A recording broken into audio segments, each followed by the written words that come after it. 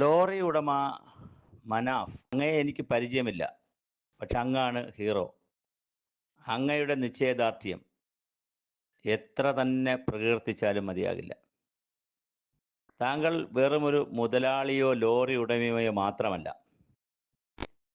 വേണമെങ്കിൽ താങ്കൾക്ക് 6 ലോറി ഉള്ള സാഹചര്യത്തിൽ ഒരു ലോറി നഷ്ടപ്പെട്ടപ്പോൾ അതിന് ഇൻഷുറൻസ് കിട്ടുമെന്നുള്ള കാരണത്താൽ ഇത്രയും ദിവസം ശിരൂരിൽ തങ്ങേണ്ട ഒരു കാര്യവുമില്ല. ഒരു മുതലാളിയെ സംബന്ധിച്ചിടത്തോളം അർജുൻ ഒരു തൊഴിലാളി മാത്രമാണ്. പക്ഷെ താങ്കൾ അതിനും അപ്പുറം തൊഴിൽ മുതലാളി ബന്ധങ്ങൾ അല്ലെങ്കിൽ തൊഴിലാളി മുതലാളി ബന്ധങ്ങൾക്കപ്പുറം ഒരു സഹോദരനെ പോലെ എന്തെല്ലാം ത്യാഗം സഹിച്ചാലും എത്ര ബുദ്ധിമുട്ടുണ്ടായാലും അർജുനൻ എന്ത് സംഭവിച്ചു എന്ന് മനസ്സിലാക്കിയിട്ട് മാത്രമേ തിരികെ വരികയുള്ളൂ എന്നുള്ള താങ്കളുടെ ആ നിശ്ചയദാർഢ്യം പഠന വിധേയമാക്കേണ്ടതാണ്. എന്തെല്ലാം പ്രതിസന്ധികൾ നേരിട്ടു.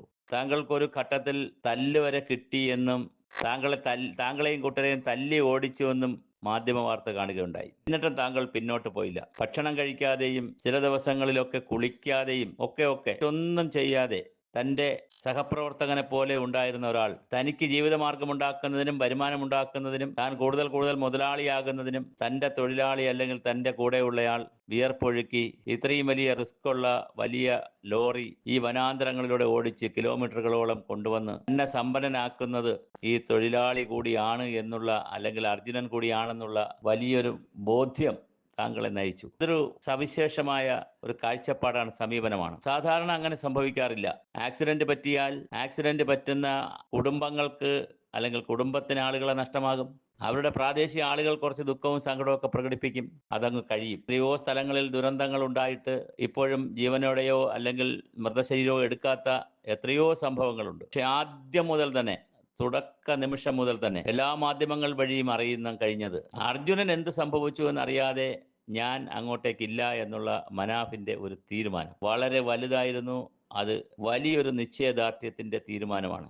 അർജുനന്റെ കുടുംബത്തിന് സ്വാഭാവികമായിട്ട് അർജുനന് ജീവനോടെയോ അല്ലാതെയോ കിട്ടണമെന്ന് ആഗ്രഹമുണ്ടാകും. തീവ്രമായി ഇത് ആഗ്രഹിച്ചു. ഇത് കിട്ടണേ എന്ന് ഏതെങ്കിലും രൂപത്തിലുള്ളൊരു മറുപടി വേണമെന്ന് അവരും തീവ്രമായി ആഗ്രഹിച്ചു. അർജുനന്റെ അച്ഛനും അമ്മയ്ക്കും സഹോദരിക്കും ഭാര്യയ്ക്കും എല്ലാവർക്കും വാക്ക് കൊടുത്തു, ഞാൻ ഇതിനൊരു തീരുമാനമുണ്ടാക്കിയിട്ട് മാത്രമേ തിരിച്ചു വരികയുള്ളൂ.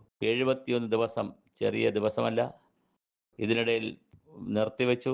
മഴയുണ്ടായിരുന്നു. ഒരുപാട് പ്രതിസന്ധികൾ വന്നു. എല്ലാ പ്രതിസന്ധികൾക്കിടയിലും ഒരു ഉത്തരം കിട്ടുന്നതിന് വേണ്ടിയുള്ള ആ ഒരു മനസ്സിന്റെ ഒരു ധൈര്യം, ഒരു ഇച്ഛാശക്തി, ധീരത, അത് പറയാതിരിക്കാനാകില്ല, അംഗീകരിക്കാതിരിക്കാവില്ല.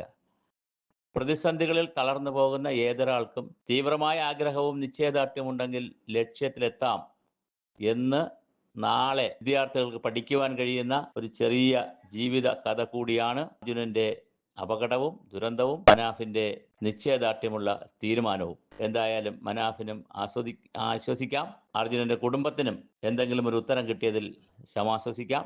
ഇത്തരത്തിൽ ധീരമായ തീരുമാനമെടുത്ത്, പ്രത്യേകിച്ച് ഒരു മുതലാളി തൊഴിലാളി ബന്ധത്തിനപ്പുറം ഒരു സഹോദരനെ പോലെ അർജുനനെ കണ്ട് ഇത്രയും ധീരമായ ഒരു തീരുമാനമെടുത്ത മനാഫ് ആണ് ഹീറോ. അങ്ങേക്ക് ബിഗ് സല്യൂട്ട്.